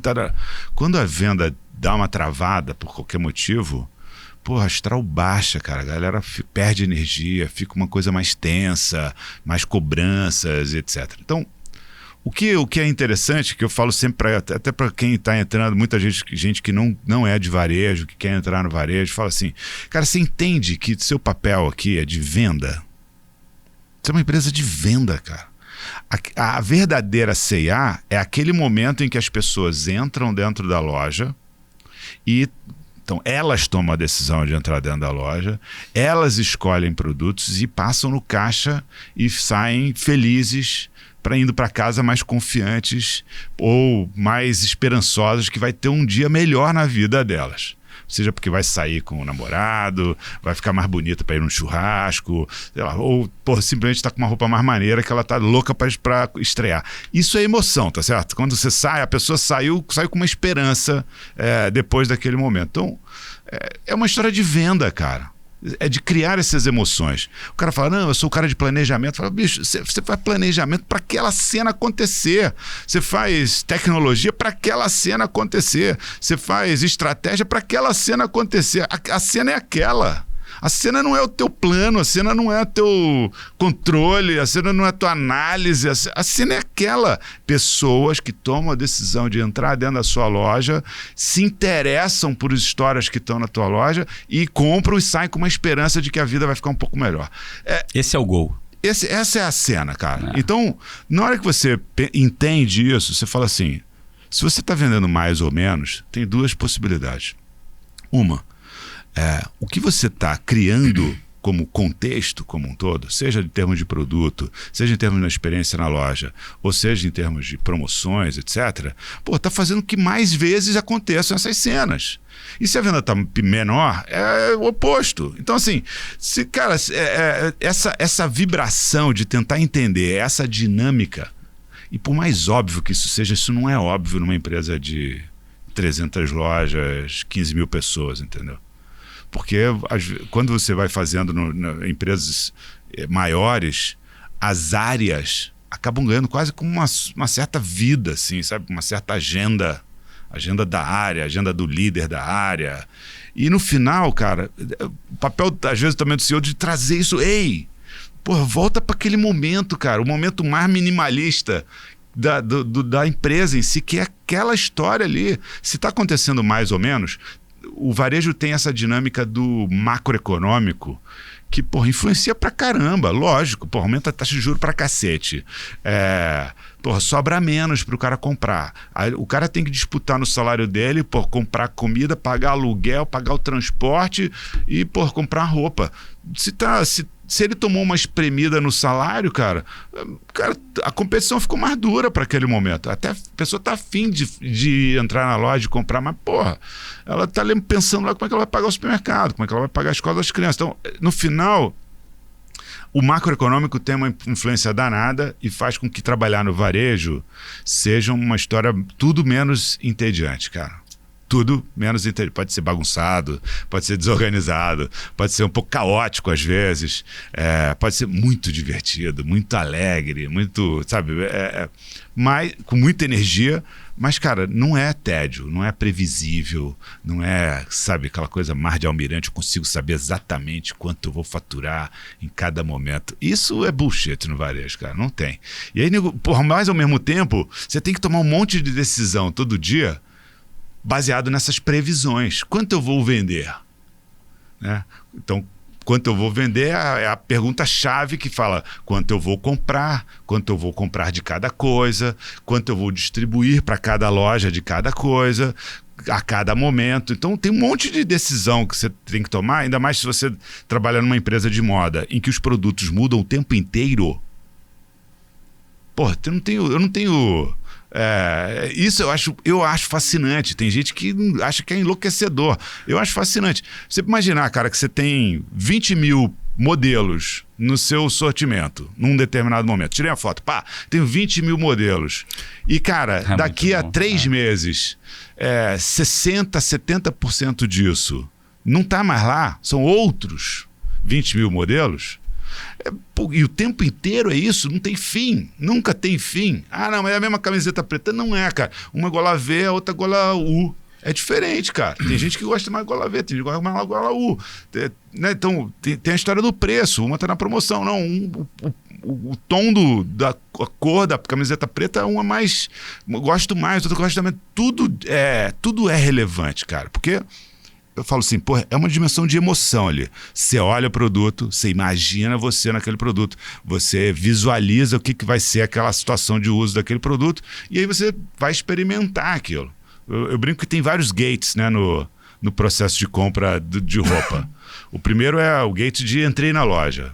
O segundo é o gate de fui lá, me aproximei da peça. Terceiro é peguei. Tudo é gate, às vezes você não classifica para cada um desses gates. Peguei a peça. A quarta é, levei no provador. A quinta é, fui pro caixa, né? Então, você tem vários, nesse funil tem vários momentos ali de conversão. Fricção, ou não, né? Exato. No meu caso, ainda tem levar para casa sem perder. Tem um sexto. Tem um Não, mas sexto, é ruim. né? Se você perder, você volta pra loja pra comprar Não, mas outra. aí, pegando esse gancho que você falou dos gates e o que a gente fala aqui muito no G4, né, da jornada do cliente, ainda tem o cliente, na verdade, você não tem que ter cliente, você tem que ter consumidor, né? Você não tem que ter comprador, você tem que ter consumidor. Então não adianta o cara ir lá comprar roupa e não usar. Então você ainda tem que se preocupar do cara botar aquela camisa preta no guarda-roupa e, cara, como Escolher é que ela ele vai pra- escolher ela pra aquela ocasião que vai falar, porra, e aí aquilo ali vai fazer o volta. brand na cabeça dele de falar, cara, Exato. aquele dia lá eu tava com aquela camisa da C&A e aí a C&A vira pra aquela pessoa vai pra outro caixinho do cérebro dela. Se nego chega ainda nessa história, vestiu, ela tá com vestido e tal, a amiga fala, ou o namorado fala, nossa, você tá linda hoje, cara, aí você foi pra outro gate. Outro gate. É o do, cara, tô seguro, né? Tô bem aqui nessa foto. Uma coisa que você falou aqui que eu gostei muito, você tem 15 mil colaboradores hoje na empresa. É. Você falou que um grande desafio é comunicação, né? Assim, uma das coisas que eu falo bastante aqui com a turma também é que se numa empresa menor a comunicação já é difícil, né? É você conseguir ter muito claro qual a mensagem você está emitindo, como o receptor está recebendo essa mensagem e garantir que a mensagem foi emitida da maneira correta. Imagina numa empresa com 15 mil colaboradores, né? Hoje, como vocês fazem para essas grandes direções passarem, entrarem no ouvido e ficarem na cabeça, né, de todo o time de vocês? Vocês têm algum processo, algum rito, algum ritual que vocês fazem Sim. recorrentemente com todo o time, ou pelo menos com uma parte relevante do time? Tem. Tem a rede social interna da companhia, né? E nessa rede social, por exemplo, a gente pode fazer e faz vários fóruns diferentes. Então, por exemplo, um fórum que tem um fórum, uma live que tem comigo uma vez por mês, uma vez a cada 2 meses, e eu falo dos resultados da empresa, eu falo das prioridades, eu falo do que está rolando, quais são o que a gente conquistou nos últimos tempos, etc., de metas internas, etc. E então esse é um formato, né? A gente tem reuniões de comunicação. Eu tenho, por exemplo, reunião com os diretores, que a gente chama de strategy meeting, que é uma vez por mês também, que a gente tem uma pauta estratégica e é o alinhamento do management com os diretores. A gente tem reuniões de resultados toda segunda-feira. Qual foi o resultado, o que está melhorando, o que está indo bem, o que não está indo bem, etc. Também, essa é a maravilha do varejo, né? Toda segunda-feira estamos lá falando de resultado. Ontem mesmo, no final do dia teve. E aí, cara, tem outros fóruns menos formais. Então, eu dei alguns exemplos de fóruns formais, tem fóruns informais. Então, tipo, café com CEO. Então, aleatoriamente, escolhe um número X de pessoas e a gente tem, tipo, pauta 0. Fala aí, o que você gostaria de saber sobre a empresa? Você gostaria de saber quais são as suas preocupações, dúvidas, angústias? Manda aí e vamos falar sobre o assunto. Então, Que quando vem aquela pergunta foda, assim... Cara, aprendi que pergunta foda fala a verdade, cara. Fala a realidade. Tenta falar de uma maneira... Se for uma coisa confidencial, né? Que se por algum motivo tem outras implicações, tenta dar uma história um pouco a mais alto nível, mas pelo menos real, cara. Porque as pessoas precisam confiar nessas discussões, né? E poder falar português muito claro, com respeito. Porque aí entra a história da cultura. Que é cola, né? Fala, pô, é empresa. Eu brinco sempre, eu falo isso pra galera sempre. Falo, empresa é só um papel, né, cara? É um contrato social. A verdadeira empresa são as 15 mil pessoas interagindo todos os dias. E a cola que mantém essas 15 mil pessoas, é um pouco do que o Bruno estava falando antes, que é essa cultura. Quais são as regras que são ok? Chegar lá, bater na mesa e gritar, não é ok lá na C&A, tu tá fora. Porra, é assim, Paulo?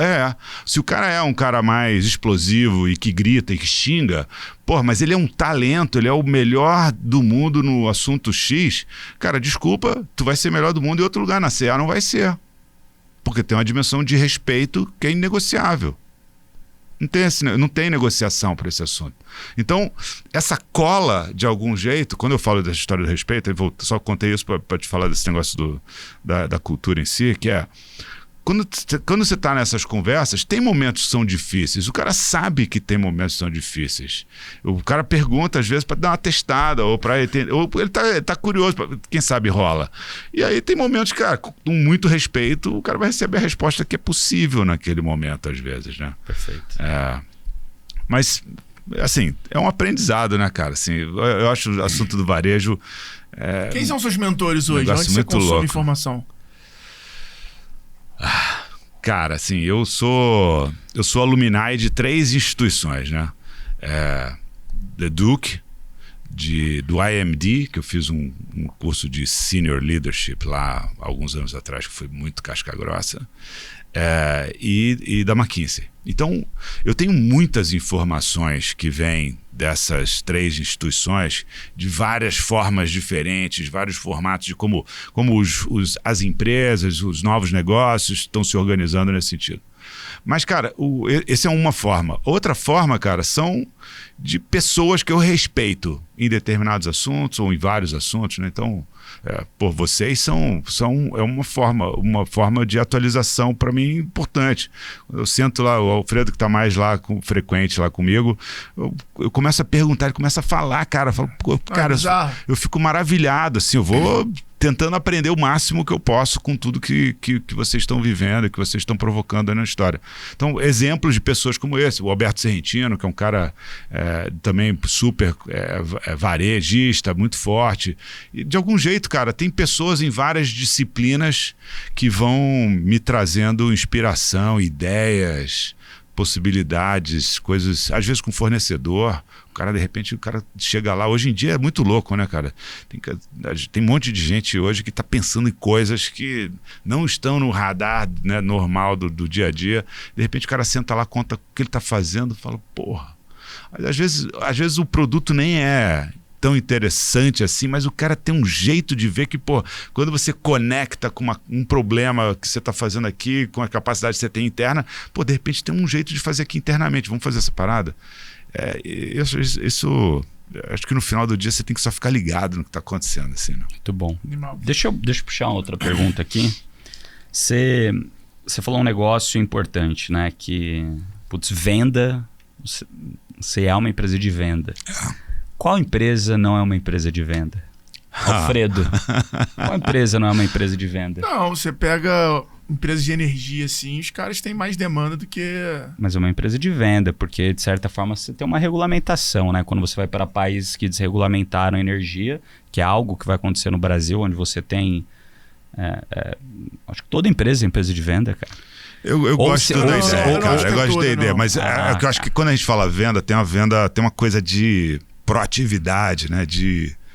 Eu não sei, eu fico lembrando de um projeto que eu vi na McKinsey, que era de celulose, e era um plano que a produção ia começar a acontecer, então tinha todo um desenho, a produção ia começar a acontecer em 25 anos depois. Então, porra, imagina a dinâmica de um negócio desse tipo, né, cara? Que você tá fazendo um produto e uma planta, né? Que a planta é literalmente uma planta, mas é uma fazenda que o cara vai plantar determinado tipo de coisa que daqui a 25 anos ele vai começar a vender esse negócio. Então, cara, com todo respeito, de repente vai ter uma galera ouvindo aí desse segmento, mas para mim, cara, que vivo a hora? O oposto disso. É muito louco. Então, é uma empresa de venda? Alguém vai comprar aquilo ali em algum momento, cara. Fez um estudo de demanda, uma história macro, etc, etc. Mas é diferente do que a gente talvez chame de venda, né? Que é aquela coisa do dia a dia, né? Daquela batalha diária. Acho que tem meio que tirar pedido e tem meio que essa coisa de criar mercado, eu acho que é bem diferente. Dentro do teu próprio universo, vender camisa preta é completamente diferente do que vender o tricô que tá em alta porque a menina usou no BBB. É diferente, meu irmão. Não tem jeito. Vender jeans, vai ser diferente do que vender aquela roupa grande, larga, com a gola gigante, porque o Justin Bieber apareceu e agora o mundo todo tá procurando por essa roupa. Não, eu acho que tem um outro ponto também agora que a gente está discutindo, eu achei legal, é por isso que eu subi a bola aqui, que é um negócio que sempre volta na minha cabeça.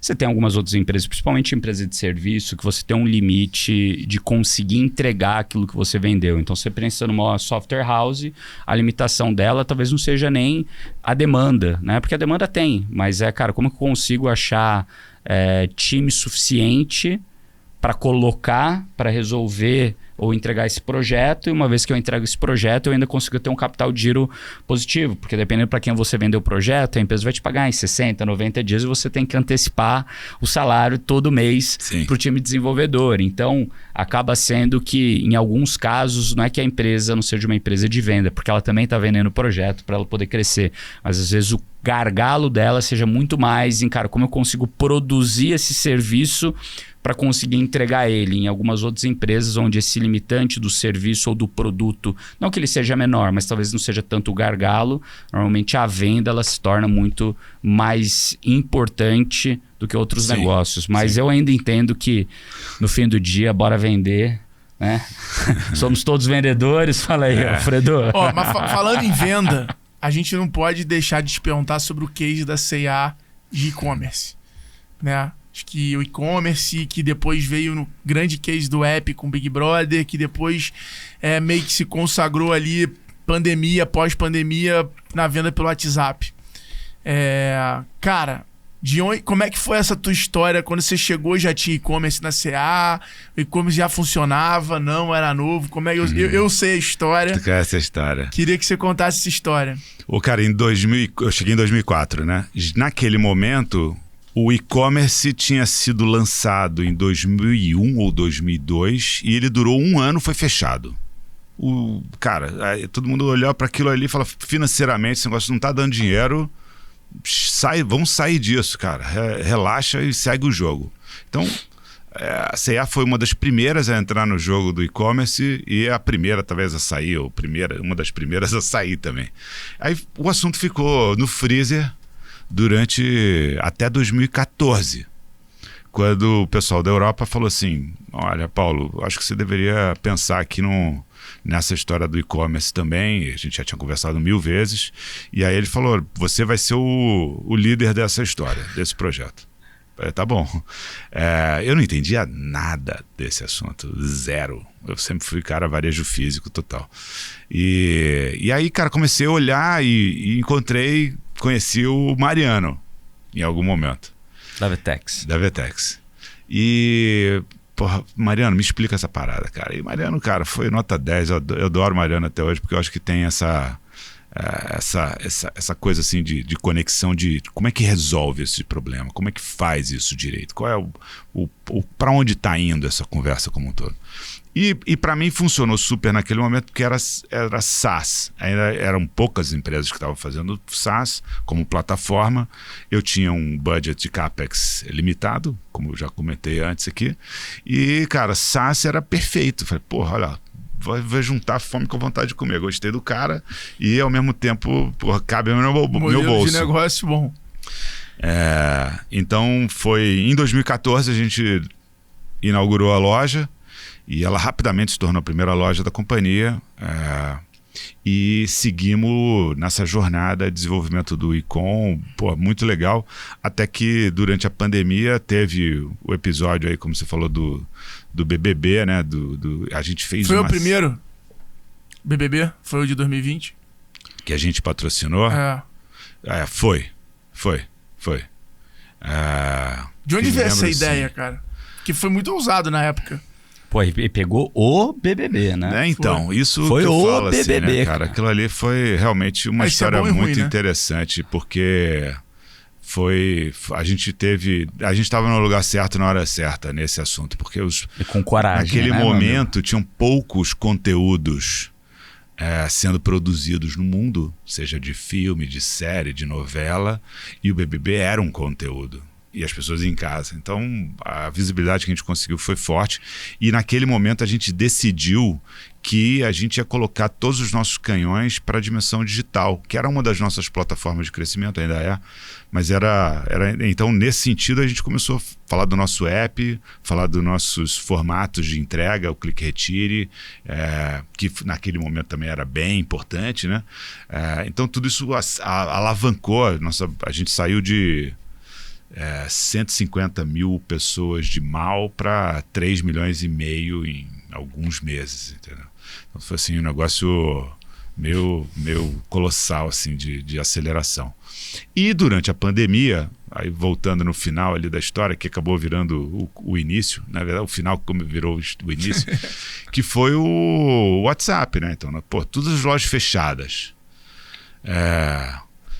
Começa aquela discussão, obviamente teve um primeiro momento mais financeiro da história, como é que eu sento no caixa, como é que eu garanto que vai ter continuidade, renegocia, tal. Mas depois do momento fala, tem que vender, galera, então tem que vender outras coisas, vender outros formatos, outros canais, outros jeitos. E já tinham algumas empresas, poucas, que estavam fazendo algum trabalho via WhatsApp. Porém, existia um mito de que um produto do ticket C&A não ficaria de pé financeiramente através da venda do WhatsApp. Ou você tem que fazer um ticket médio muito alto, né? Empresas mais de alto padrão, de mais upscale, né? Ou tickets tipo eletrônicos, muito pesados. Então, não funcionaria. Mas a gente tinha um ativo, cara, e a gente tem esse ativo, que foi, para mim, chave nessa equação, que era o programa de relacionamento, que é o C&A e Você. Naquele momento da pandemia, a gente tinha algo em torno de 15 milhões de pessoas cadastradas no programa. Caramba. 14, não sei, alguma coisa nessa ordem de grandeza. E isso nos deu a chance, então, de todos que tinham opt-in, da gente começar um diálogo. E começou de um jeito mais artesanal, e aí a gente foi trazendo alguns especialistas, assim, alguns caras assim, que foram nos ajudando nessa jornada a tornar a história diferenciada e realmente bem mais forte. E hoje acabou a pandemia e virou um canal muito, muito forte pra gente. E não é forte no sentido só do performance, volume de vendas. Para mim é forte na perspectiva de futuro, né?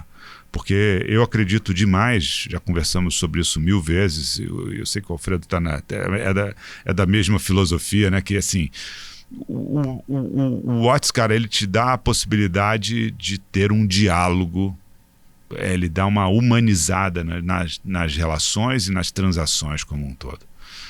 Ele te dá a possibilidade de você ter pessoas que podem ligar para alguém da C&A ou pode falar e ter o seu embaixador C&A, que vai te tratar como você, né? E não um e-mail em massa, né?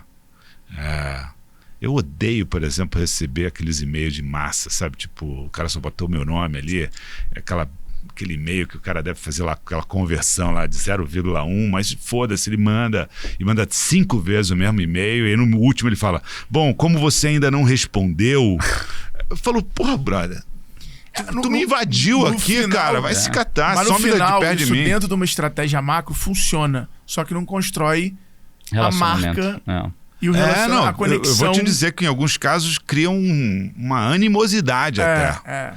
Anyway, mas voltando lá, eu acho que o WhatsApp, ele no final do dia te dá a possibilidade de você personalizar em massa. E que é o grande lance que, né, fala, tá bom, aquele cara da quitanda lá do século passado, que você sabe, Alfredo gosta de camiseta preta, Alfredo, chegou uma camiseta preta aqui que é a sua cara, olha isso aqui, que bacana, tal, comprei pensando em você. Essa cena que existia lá na quitanda com uma pessoa, com um cara, uma pessoa, com um número limitado de clientes que o cara tinha, agora você tem a chance de fazer isso através da tecnologia e ter esse nível de personalização e ter esse nível de diálogo. E isso, para mim, é que é a beleza dessa história. Por isso que eu acho que eu olho para o futuro e falo assim, para mim tem muito mais a ver com, por isso que a gente tem falado bastante, né? Essa C&A, que é só sua. porque aquilo o cara vai sabendo, você gosta disso, você não gosta daquilo. Então, pelo menos agora eu não vou ficar oferecendo tanto roupa de criança pro Alfredo. Mas quem sabe? Quem sabe no futuro? Quem sabe no futuro próximo aí, né? Esperamos, né? Esperamos, pô. Expectativas. Mas eu acho que é exatamente, você falou uma frase lá na NRF esse ano muito legal, e que eu acho que é pesado até o que eu vou falar, mas é uma grande verdade. Mas 90%, eu não vou botar 100% para não botar tudo, mas 90% do cliente é carente. E a compra, eu vejo ela muito como uma ferramenta para quebrar a carência, para substituir a carência. Então às vezes tá, carente, tal, não sei o que lá. Você é carente, pô. Não, eu sei, mas você também. Então, todo mundo é carente. Todos somos. Eu botei 90% carentes, porque tem a compra por necessidade, tem a compra por oportunidade. Existem outras compras, mas quando você vai num shopping, por exemplo, se você eu gosto muito dessas experiências sociais. Então, às vezes eu vou no shopping e aí eu almoço no restaurante do shopping e dou uma volta assim. Cara, você claramente vê que aquelas pessoas naquele horário estão ali, e não são poucas pessoas, comprando porque brigou com o namorado, comprando porque... Não é porque precisa, não é porque é uma oportunidade. É porque ela tá suprindo alguma carência dela naquele momento, seja de relacionamento, seja no trabalho. Então acho que tem muito disso. E aí você falou um negócio, a frase que é conversou, vendeu mais.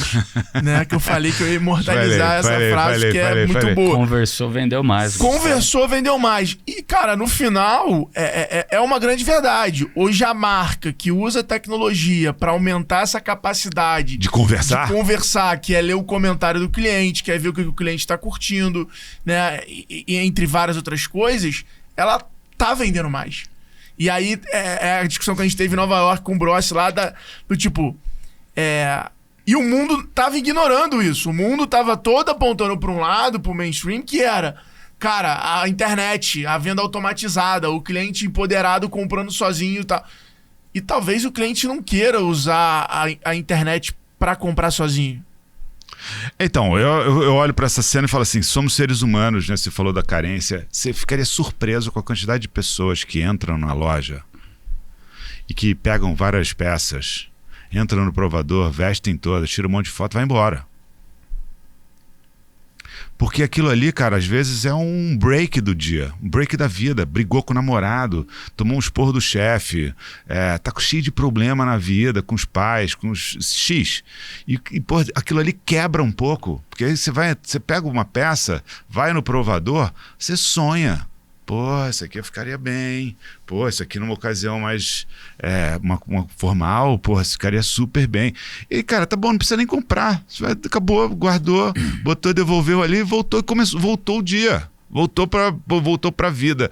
Então, isso que você fala, quando a gente tava brincando lá do negócio lá em Nova York, mas que eu acho que é sério mesmo, porque é o seguinte, uma coisa acho que a história da conversa é o engajamento humano. Né? Eu estou prestando atenção em você, você está prestando atenção em mim, eu vou tentar te ajudar, você vai tentar me ajudar, e a conversa ela traz essa dimensão de conexão, e conversou, vende mais. Se você conversar de verdade, vai vender mais, não tem erro. Porque a conversa, por isso que eu falo, não é um monólogo, né? Por isso que eu falo, tem determinadas comunicações hoje que são quase que agressivas, né? Mas, pô, quando você tem uma conversa de verdade, você esquece, vai passando o tempo, você vai conversando, um puxa outro assunto, outro puxa outro assunto. Cara, isso engaja, e no que engajou, vende mais, né? Eu acho que o WhatsApp, de alguma maneira, esse canal, eu acho que vão surgir outros, talvez, ao longo do tempo, mas esse canal que te permite ter um tipo de diálogo e ter um tipo de conversa, ele vai ser muito mais forte do que esse outro canal que é mais autômato, sabe? Mas tá tudo automatizado, tá tudo tecnologicamente correto, mas tem que ter alguma coisa, cara. A gente é seres humanos. Você falou, você gosta de experiências sociais. A gente é latino, cara. Muitas vezes eu vejo alguns exemplos que as pessoas dão de coisas que acontecem nos Estados Unidos ou na Europa. Tem uma estatística que eu mostro para as pessoas, falo assim, isso aqui é pré e pós-pandemia. Percentual de vendas online, e-commerce only, países anglo-saxões versus países latinos. Não estou falando de desenvolvido e não desenvolvido, tá? Estou falando de saxões latinos. Espanha, França, Itália. Contra Inglaterra, Estados Unidos, países nórdicos. Penetração da venda e-commerce, de moda, nesses países é muito maior do que de muitos Desde anos sempre. acontece. Aí fala assim, não, porque nos Estados Unidos já está em X% a penetração. Ok, cara, mas é outra dinâmica, é uma outra relação. O povo latino, ele é um povo que, gosta de se, sabe, tem uma coisa mais ajustada no vestimento. Por quê? Por que essa história? Porque o latino tem mais essa malemolência, cara. O corpo é um negócio mais importante. Ele não é só um instrumento físico. Ele tem uma coisa de expressão. Então eu vejo a cena do latino e do anglo-saxão e vejo assim, a história nossa, ainda mais aqui no Brasil, é de conversa, cara. Precisa de emoção, não é só transação. Transação talvez seja mais objetivo, talvez sejam outros formatos, outras culturas. E aí, respeitando a nossa cultura, por isso que eu falo, tem que conversar, cara. Se conversar, bem demais. Muito Bom bom. demais, Muito muito bom. bom. Bom, conta pra gente alguma curiosidade do BBB, alguma coisa louca assim de uma prova, quantos acessos bate no site, quanto vende num dia de prova. Cara, sim, curiosidades. Bom, a gente não patrocina mais, né? Esse ano a gente não patrocinou, a gente decidiu não patrocinar, né? Esse ano de 2023. Fizeram 2 anos seguidos, né? A gente fez 21, 22. Então 20, 21, 22. 20, 21, 22. 3 anos. 3 anos. 23 a gente decidiu não entrar e eu acho que foi uma boa decisão. Estou feliz com a minha decisão naquele momento. A carinha de alegre, tipo assim. Já volta de novo. Mas quando vocês calma. fecham, você sabe, por exemplo, quem vai ser o casting? Não. Sabe de nada. Sabe de nada, Tá no sabe escuro. de nada. E tem aprendizados. É um projeto, né, cara? É um projeto que, em tese, vai funcionar. Mas, ou não. Eu acho que agora tá exigindo revisões lá, né? Na minha opinião, tem aí um trabalho para ser feito lá. Mas, anyway, coisas muito interessantes que foi... Quando a gente fez lá o desfile virtual, não sei se você viu esse pedaço, assim. Foi muito legal, porque era como que a gente ia entrar na casa para fazer um desfile se eles não podem ter contato com ninguém, né? Então não pode entrar ninguém lá dentro da casa, eles não podem ter contato com nenhuma pessoa. Aí a gente resolveu fazer isso, né?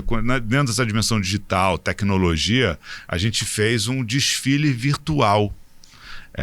E aí os caras ficaram sentados ali no sofazão lá e tinha uma projeção 3D que estava acontecendo um desfile no outro lugar sendo transmitido ali naquela projeção 3D que eles estavam vendo. E, foi espetacular aquilo ali ninguém tinha feito aqui no Brasil, nada parecido e tal. Foi sensacional. O número de downloads de aplicativo num determinado dia, cara, ele vai assim, tipo, sei lá, 500 vezes do normal. É um negócio assim absurdo quando você acerta. Mas teve outros momentos que a gente também fez promoção e não fez tanto. Então, depende demais da dinâmica, daquele momento, do contexto, da ação. Não é uma receita padrão, assim, de colocou lá e aí, já tem um resultado X. Tem resultado, é um negócio que tem uma visibilidade absurda, é fato, mas o call to action ali Precisa ser ajustado. cara, é uma arte, Mas tá? acho que em Eu tudo, diria né? que é uma no arte. E-commerce, no e-mail. O criativo, né? É uma arte, né, cara? Eu falo muito aqui pro time, eu tava até de manhã conversando com eles aqui, tipo, você vender na última semana do mês é diferente de você vender na primeira. O contexto é completamente outro. O que vai fazer o cara fechar na primeira semana do mês é completamente diferente do que vai fazer o cara fechar na segunda. última. Na última. Que é completamente diferente do mês que o cara acabou de viajar e torar no carnaval. Então, assim, se você não criar o contexto, né?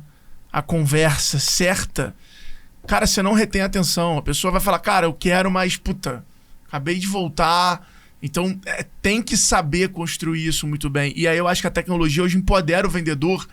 Cara, às vezes o cara entra lá no LinkedIn do cara, viu que isso é uma notícia legal, viu que dependendo do que o cara postou, tu já sabe se o cara tá num dia ruim ou não pra ligar pra ele e falar alguma coisa. Aqui a gente faz um negócio Isso é legal. na última semana, muito fácil, pode até ser um insight pra vocês fazerem, que é o quê? Cara, no final do mês, quando você tá ali na sua capacidade de geração de oportunidade, de leads, no nosso caso, diferente do que você precisa pra bater a meta, cara, ao invés de eu sair pedindo pra todo mundo, porra, deixa eu pegar lá quem tem um NPS maior, que é o cara que eu sei que gosta da gente, eu sei que avaliou bem a gente. Pô, como é que eu faço esse cara virar uma mídia pra mim? Né? Como é que eu falo pra esse cara, porra, tudo bem, beleza, estamos aqui no último dia do mês, na última semana. Você tem algum amigo empresário, quer mandar teu sócio, porra, o que você acha? Então, assim, usar a tua base de NPS alto como mídia, e não só vender pra esse cara. Porque às vezes vender pra esse cara de novo, tu não vende. Mas às vezes nesse momento você fala assim, porra, me indica pra alguém, o cara indica. Maneiro. Então, eu acho que é um puta insight. Eu acho que isso é uma coisa importante hoje no CTA. Acho que o CTA, hoje em dia, talvez conhecido pela galera mais digital de copywriter, né?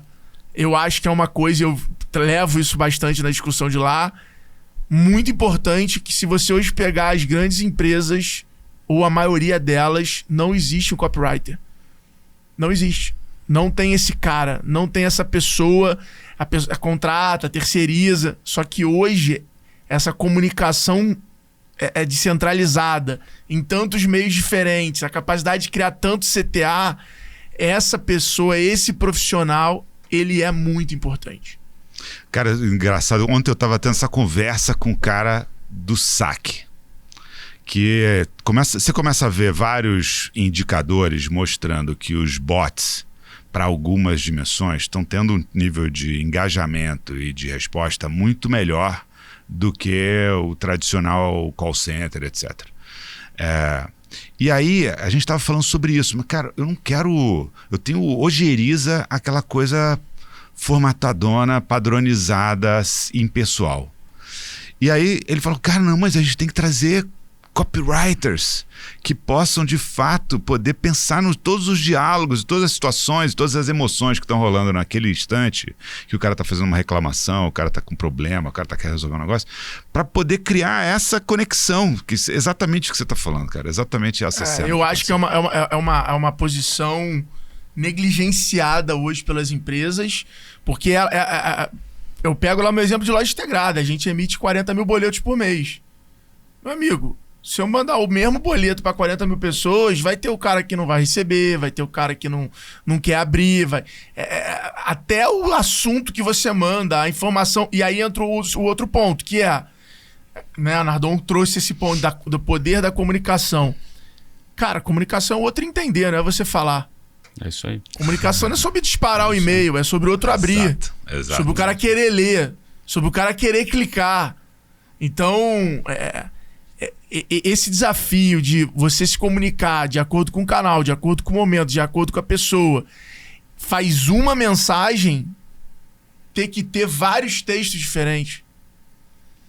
E aí, quando você faz isso, e aí você está falando do saque, você pode olhar o saque como uma forma de resolver o problema do cliente, como um custo, ou você pode ver o saque como um criador de novas oportunidades, aonde eu resolvo o problema do cliente, já gero um cupom para ele, eu já convido ele para uma live, eu convido ele para uma coleção, e aí aquilo ali já muda completamente, que é o lance da loja física. Exatamente. Você pode olhar a loja física só como loja e falar, vendeu X, custou tanto, ou você pode olhar e falar, pô, vendeu X, mas capturou tantas pessoas de e-mail, mas entraram X pessoas, mas passaram tantas... Ou seja, como mídia ela foi bem, como audiência, Warner, ela foi ruim, como venda ela foi boa. Foi bom. Exato. Né? E aí você começa a diversificar essa análise, essas atribuições, né? Vamos dizer assim, nos canais. A parada ficou mais complexa, né, cara? Ficou complexo. Acho que essa é a palavra. Ficou complexo. Fica cada vez mais complexa. Mas eu acho que tem um ponto positivo, né? E não acho que vai ser mais um hype, que nem foi blockchain, que é, no fim do dia, toda essa parte de inteligência artificial com chat GPT.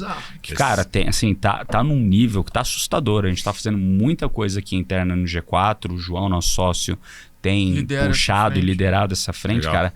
São umas coisas assim que eu caramba, cara, eu fico... Como assim, né? Cara, Como não, assim, cara, né? esse é um negócio assustador. É assustador. Assustador real. Agora, o Bing novo, que ainda está em versão beta, que não está liberado para todo mundo, que é o buscador da Microsoft, Sim. eles colocaram lá dentro toda a parte de chat GPT. Só que assim, ele busca na internet ao vivo hoje, no que está acontecendo. Então não é só o mecanismo que você tem do chat GPT que foi rodado há um ano atrás, né? O último corte que eles fizeram. É com real life data. Mas é o que Cara, é um negócio assustador. Assustador.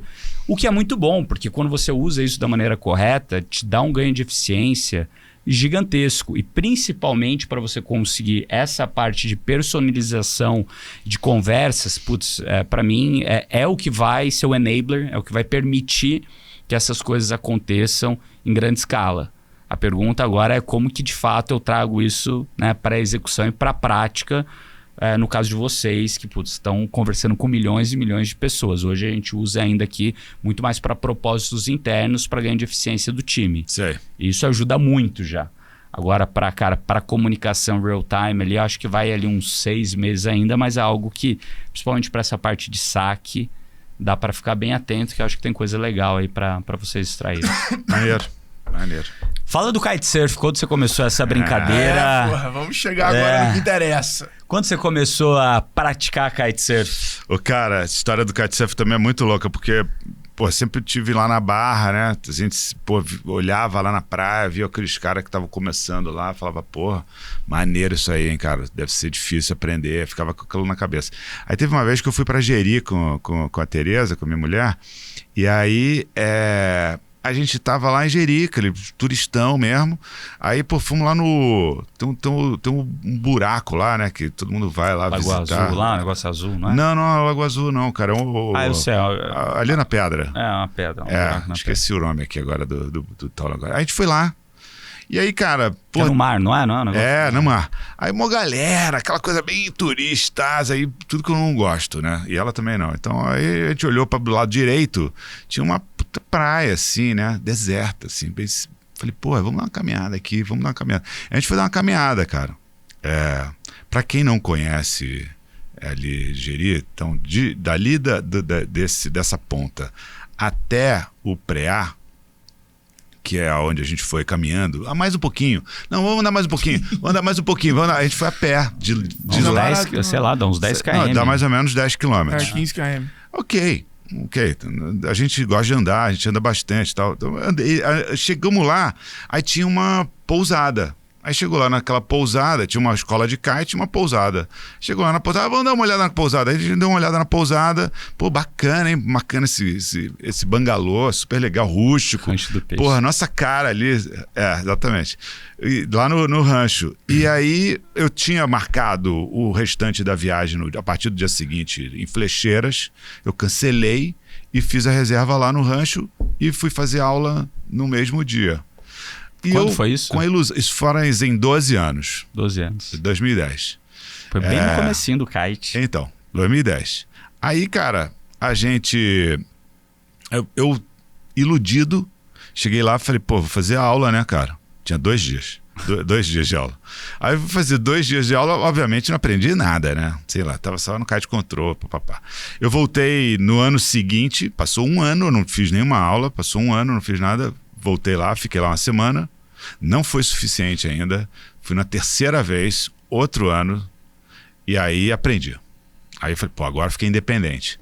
E a partir daí, cara, começou a febre, né, bicho? Eu vou algumas vezes por ano pra lá. Passo 1 semana, 2 semanas, dependendo da história. Muito bom.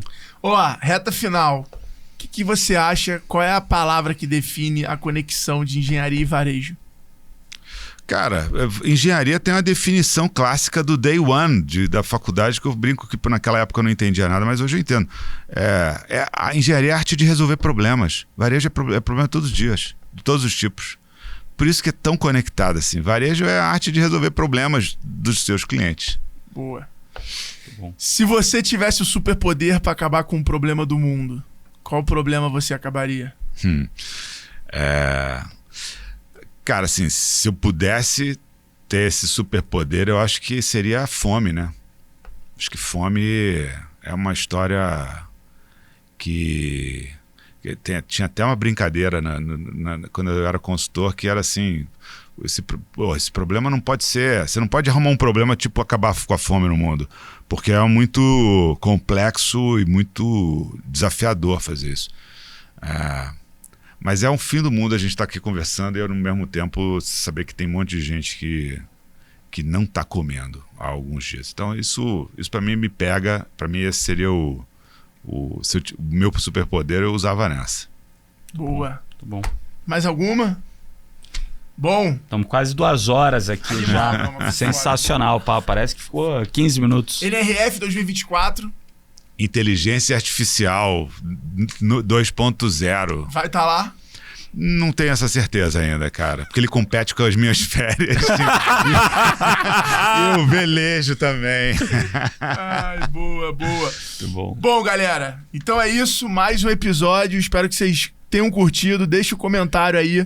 Vocês estão assistindo na plataforma, seja no Spotify, seja no YouTube, seja vendo corte no Instagram. Deixa aí seu comentário. Não esquece de seguir a gente lá, @podcastextremos. Meu arroba Alfredo Soares. Bruno.Nardon. @paulo.correia. Boa. Então é isso. A gente se vê no próximo episódio. Não esquece de deixar os comentários quem vocês querem vir aqui com a gente. Tamo junto. Até o próximo episódio. Valeu. Valeu.